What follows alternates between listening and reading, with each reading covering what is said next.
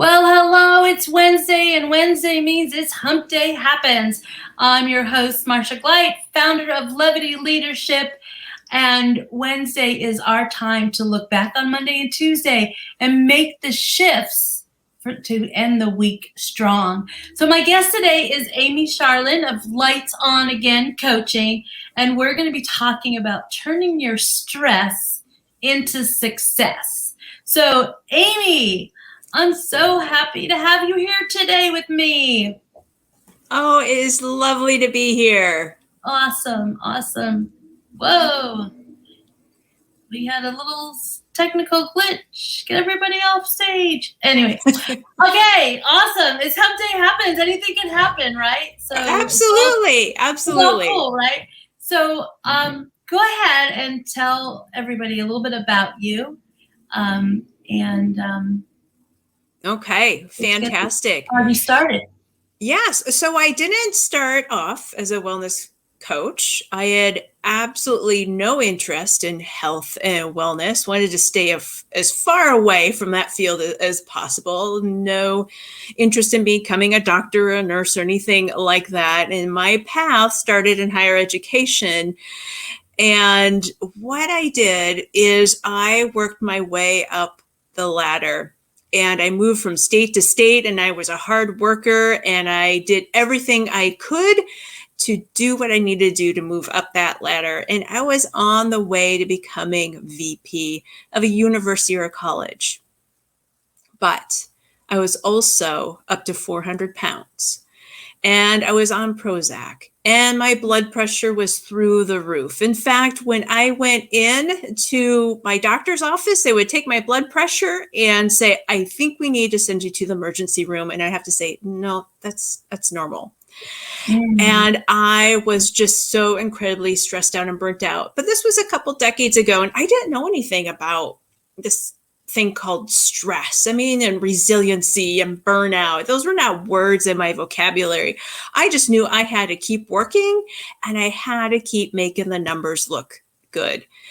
And then I got laid off after 9/11. And as you can imagine, that was such a challenging time. And you put so much of your identity into your work. It was devastating, but I knew I could not keep doing that type of work. So one day while Googling, Google, I learned about this fascinating thing called coaching. And at first I thought, this will be great. I'll find another job in higher education. I'll continue on my career path, helping students figure out their career, and this could be something I could add into that practice. But then there was this advertisement in the local paper. It was actually for a Kelly temp. Now I'm laid off, and I'm like, I'll just try anything. I'm willing to give anything a try. And it was for wellness coaching. So I went into the interview not having any idea what to expect, and I was hired on the spot. Wow. And that's history. 15 years later, I was still working as a wellness coach. I was working with doctors and lawyers and executives and business owners and general counsel of businesses. I was working with a wide range of people. And through that process, yes, I was hired when I was almost 400 pounds. And through that process of helping others and learning about nutrition, learning about exercise, learning about stress, I was able to lose that weight, but not only that, really completely transform, making those shifts, like you said, making those shifts in the week. I was able to completely shift my entire life around through creating success through stress. I love that. So tell me a little bit about, now we know about your inspiration for starting your own business. That's awesome, because wellness finds us. I don't think that we find wellness in a lot of ways, right? Is that we learn no matter where we're at. We get stuck in there, whether we get stuck in our job, we get stuck in our life, we get stuck in ourselves. And when we make the decision, because either we have to and we have no choice because you get laid off, right? Or we make it, you know, consciously. Sometimes it just finds us. Oh, I couldn't agree more. And my role as a wellness coach is to help people to find that before their health starts falling apart. Because I cannot tell you how many people reach out to me after the cholesterol goes up, after they have a diagnosis, after blood pressure skyrockets, all of those things. So my goal is to help people before they get to that point, before it becomes something that they cannot ignore. Not that I can't help people at that point, because 80% of chronic disease is completely preventable. And we can reverse diabetes. We can reverse high blood pressure. We can reverse those three things through lifestyle. But I like to catch people before that point, if at all possible. So what do you think is that trigger? That, like, where is that point right before? What are they feeling in their lives? What are, like, so somebody's listening to us and we're chatting, we're talking about what is finding that point. What is it? I would say that point, from the people that I've worked with, that's an excellent question, by the way. I think that point is where you just don't have the energy that you used to do, and you see that it is impacting your performance. Because you've been such a go-getter for so many years, and all of a sudden you just don't have the stamina you used to have. So I think that's the point where things start to shift, because it's impacting your career. It's impacting your life. It's impacting your earning potential. So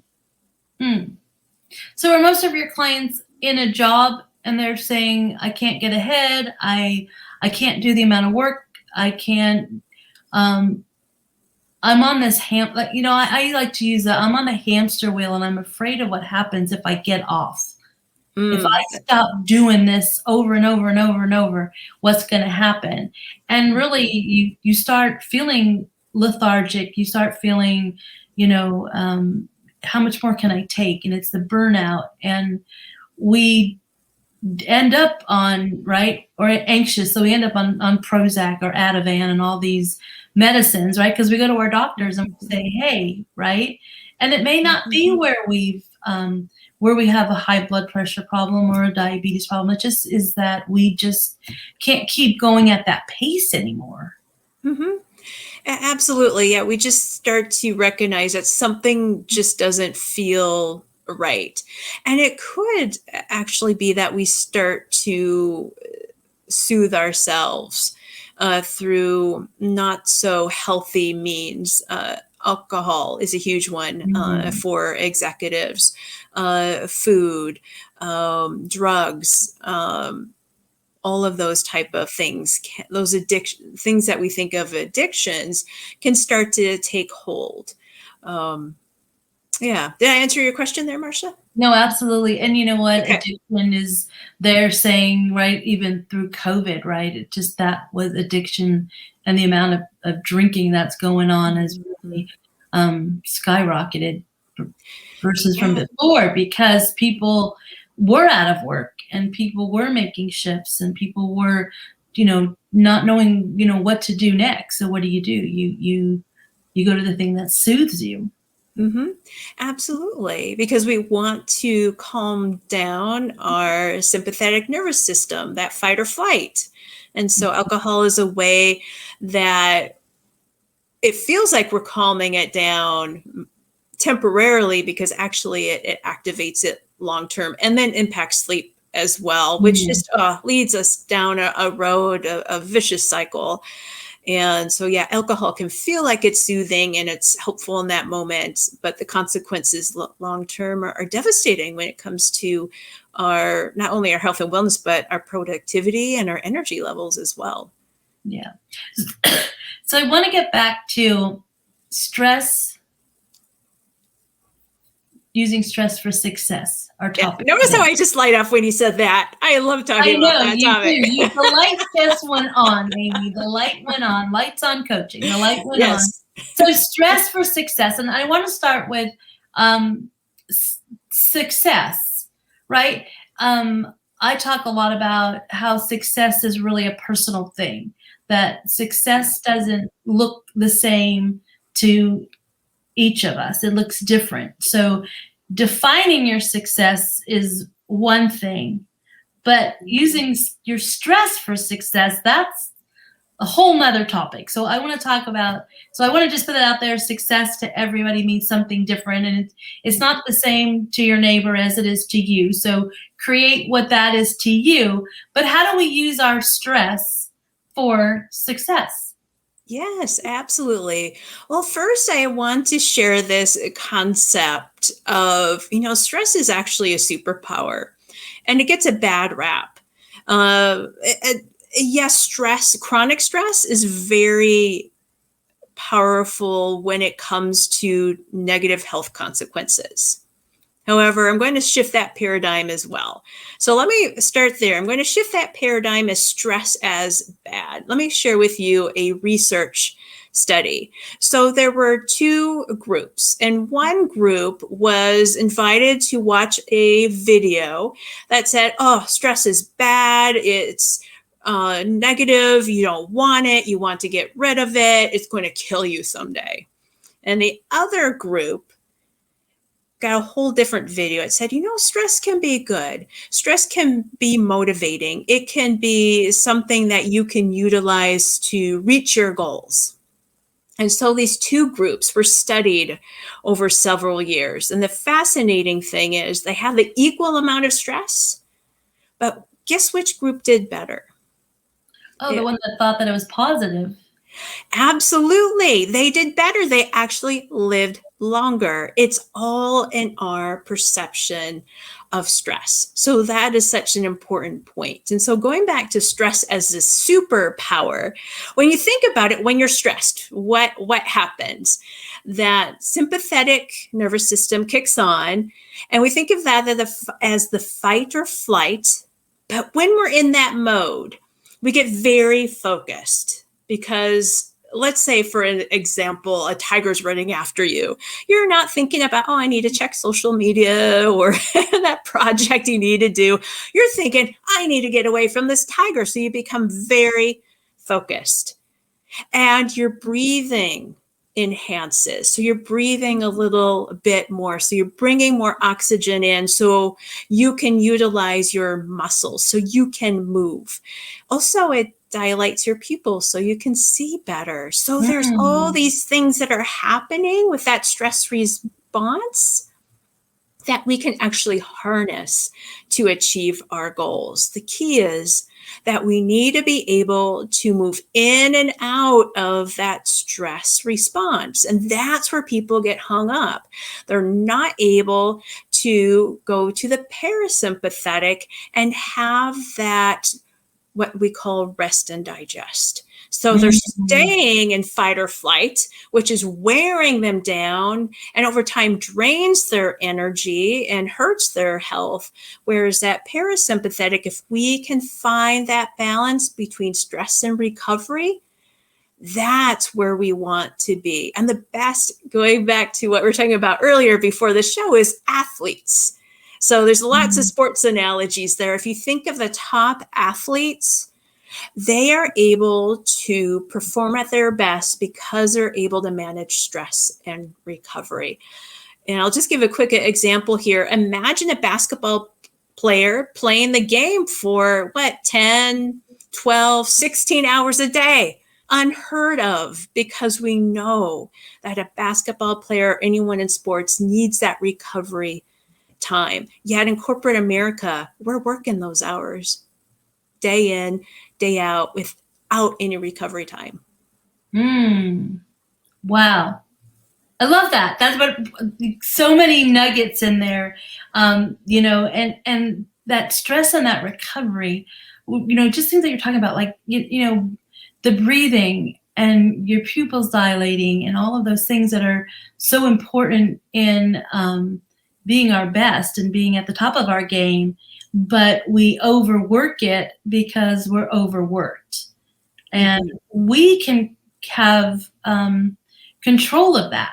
We have more control over over what we do and how many hours we work, right? Because a lot of times in corporate America, we're thinking we have to.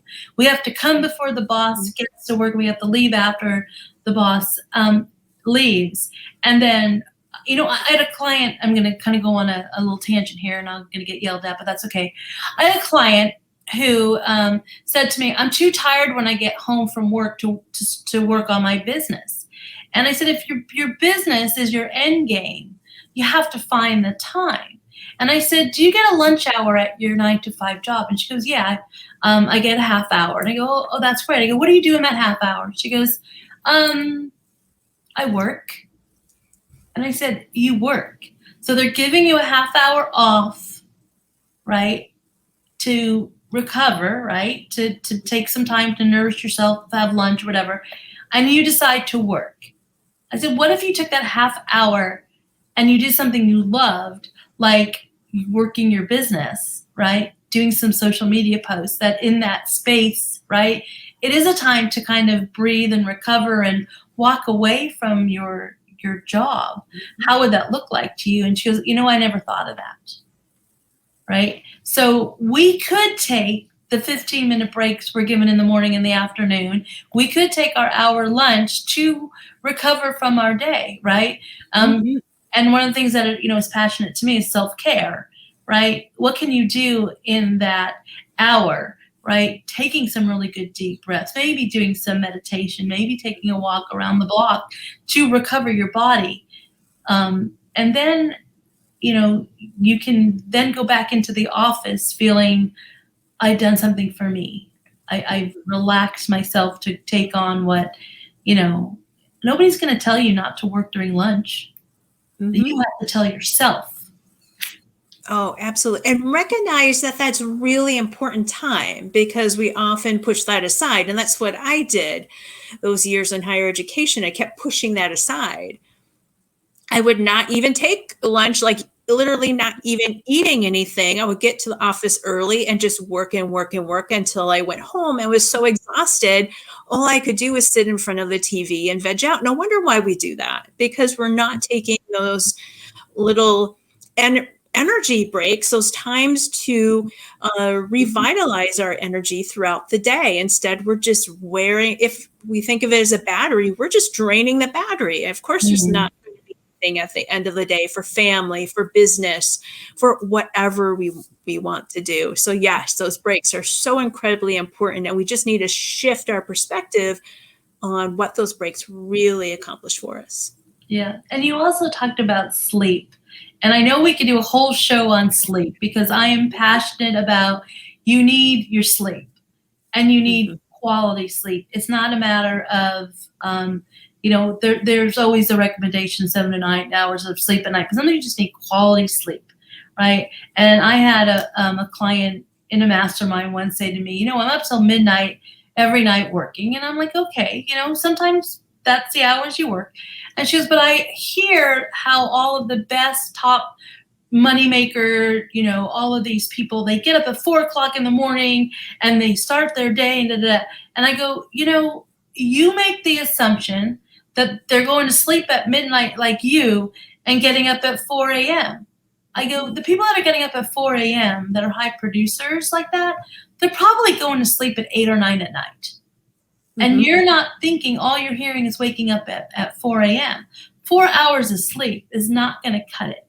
It actually hurts you more, even those people who think I don't need any sleep, right? And there's so much research on that as well, that it becomes counterproductive for you, even though you think you don't need your sleep, you really do. Absolutely. I was working with an individual recently, and like a lot of top leaders and executives typically, get 4.5 to 5 hours a night of sleep. And so one of his goals was just to increase that by an hour. And he felt so much better, and he felt more focused, and he felt more alignment throughout the day. And you almost have to have that experience before you can see the value in extra sleep. However, some people will get that extra sleep and they'll feel more tired. And so they go, well, I don't need all that sleep. But if you've been doing that for years and years and years, you probably have such a deficit in sleep that just kind of got you going. And so your body's going like, I need more, I need more. And so if you experience that, anyone in the audience experiences that, I really encourage you to not let that deter you from getting more sleep and gradually add on sleep. So if you go from, for instance, 5 hours to 8, and you're not used to that, be aware that sometimes just more of a gradual increase is going to help your body to adjust. Right. And it's the muscle memory. Go back to the sports, right? If we've been doing something for so long, that's what our body knows. We only need 4, we only need 4. And then you give it 5 and you're like, wait, what the heck's that about? Right. And then you give it 6 and you're like, it doesn't cut it. Yeah, no, it definitely. I like to, when I start with my clients and I bring up self-care and they're like, oh, I take care of myself. And I'm like, oh, that's really great. Right. But I then ask the next question, how much sleep are you getting? When they tell me and I go, well, what's the problem? Well, I can't fall asleep. I can't. So I say, you know what? We're going to start with self-care 10 minutes a day. And we're going to focus on at night and your nightly habits before you go to bed. Mm-hmm. And when we start with sleep, then you can pull back and say, okay, let's now add, breathing 4 times during the day, right? And all of a sudden they're like, oh, I could buy into this thing. And when you start really small, I always talk about small nuggets, and you can't eat the whole elephant, and everybody's heard all of the, but I like to focus on sleep because that really makes the biggest impact for everything, your health, your weight, your physical activity, all of that. You just have more energy when you sleep better. So I like that you talked about that. When you're in a job, I'm going to kind of change, directions a little bit. When you're in that job and you're feeling that stress and you're now learning how to use it for you, and again, do you find at that point your clients become happier in their job? Oh, absolutely. Because part of the stress for success piece is that you learn how to regulate your emotions, because our emotions regulate our body chemistry. And so let me share just an example here. So when we're feeling really down or angry, our brain, our system releases all these chemicals that reinforce that emotion. And for instance, when we're feeling down, our body posture changes, right? We tend to move inward. When we are feeling excited or happy or content, our posture tends to be different. And so those emotions impact our body. But also what's fascinating here is that our posture and also how we move our body can change our emotions. So we need to learn how to harness that ability. And that's where, going back to sleep, you can't do that without a good night's sleep, because it takes energy to train yourself to control and manage your emotions. Wow. But it's absolutely possible to do that. And so on the job, all day long, things are going to come up, especially as a leader. Things are going to be coming at you all day long. And it's not about reducing the stress or just even taking time to relax. Those are all good things to do. But fundamentally, it's about how you respond to those. And that emotional response is what is going to either enhance your battery level or decrease it. Because negative emotions will decrease your battery, whereas positive emotions will give you those little up levels in that battery. Yeah, awesome. You know what? I could talk to you all day long about this because we are so in sync on our message and on what we believe. So this has just been amazing. I do want to, you have an offer for our listeners today. and it's Stress for Success strategy session. Yes. Yeah, absolutely. I almost want to Absolutely. say dress for success, you know. And I'm like, no, we're not dressing for success. We're stressing for success. So cool. So can you tell us a little bit about that? And I know we're going to put it up on the screen and put it into the chat as well. Oh, absolutely. That's like it says there, a complimentary 30-minute session where you get to sit down with me and we're going to take a look at the stress in your life and how you can start making some little shifts so that you can utilize that stress to get to the success. And as Marsha says, all about the success that you want. I find that typically with leaders, it's about being more productive. It's about earning more. It's about being able to spend time with family, but it's really about the success that you want. So we're just going to take what you're doing and shift it so it can get you to where you want to go. Awesome. Awesome. And they can email you at amy@lightsoncoaching.com to set up that appointment. Yes. That's awesome. So what I like to do at the end of every show is I like to ask a question that has nothing to do with anything that we talked about. So here is my question for you today. So we talked a lot about charging your battery. When was the last time you allowed your car battery to fail? And where were you? And was it a sticky situation? So I'm going to close out the show while you think about that. And don't forget to set up your complimentary session. Well, thanks so much for being here and listening to our Wednesday edition of Hump Day Happens. Because if it's Wednesday, it's Hump Day Happens. And you can find Hump Day Happens and all the other versions and the other episodes on Spotify, Apple Podcast, or your favorite podcast streaming service. You also can follow me on LinkedIn at Marsha Gleit, Instagram at Marsha Gleit, and on Facebook at Levity Leadership. So tell us about the last time you had a battery fail. Oh my goodness. It has been so long because I do regular maintenance, and that's what we're talking about today, right? Regular maintenance so our battery doesn't fail. However, I will share with you, not too long ago, I've never had this happen before. I have an automatic, but I accidentally hit what is that? Gear shift. Yes. The gear shift, and it went out of place and I could not get the car to move. I kept hitting the gas pedal. It was going nowhere. But I think that's a great analogy too, that once we get to that level of being so overwhelmed with stress, we can keep hitting the gas pedal, but be going nowhere and be just dead in the water. And I can tell you that was a very scary incident because I had left my cell phone at home. And I was able to maneuver the car into the JCPenney parking lot. I was near the mall, thankfully. I went into their salon and said, I need to use your phone. I'm so sorry. I know I should have my cell phone and I don't. And I was able to get things figured out. I thought the car had died on me, but help arrived and he said, nope, you just hit it out of the gear shift out of place. That's awesome story. You know, and I love stories like that. And I love when we can really tie life, right, and a car or, you know, to our life, our stress, our work. So Amy, thank you again so much for being here.